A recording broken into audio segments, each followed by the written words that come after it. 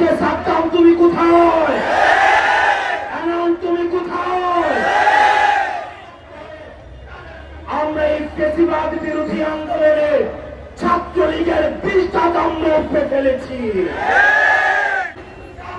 আমাদের সময় আমরা দেখেছি যদি মরে যায় তাহলে সে হয়ে যায় আপনার, আর যদি বেঁচে যায় তাহলে সে হয়ে যায় শিবির।